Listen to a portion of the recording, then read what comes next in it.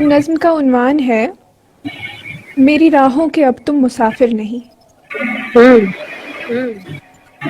تم جو انجان راہوں میں بے نام لوگوں سے، دن کے اجالے میں راتوں کے میلوں میں، تپتی دوپہری کی چھاؤں کے ڈیروں میں، ساون کی جھیلوں کے بہتے جزیروں میں، تدبیریں ملنے کی کرتے ہو یوں، کرتے ہو کیوں؟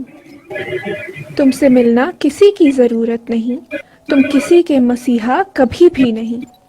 تم کے مغرور اپنی حقیقت پہ ہو، تم کو محبوب و معشوق میں نے کیا، ریت ہستی کا ٹیلا تبھی تھا سجا۔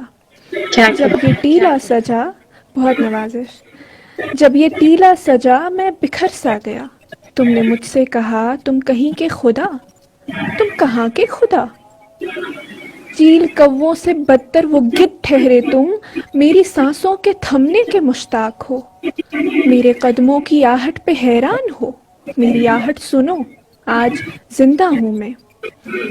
تم جو نورانی چہروں پہ مرتے ہو یوں، ان کے میٹھے سروں میں الجھتے ہو یوں، جاؤ اب سے تمہارے وہی رہنما، جاؤ میں نے تمہیں کر دیا ہے وداع۔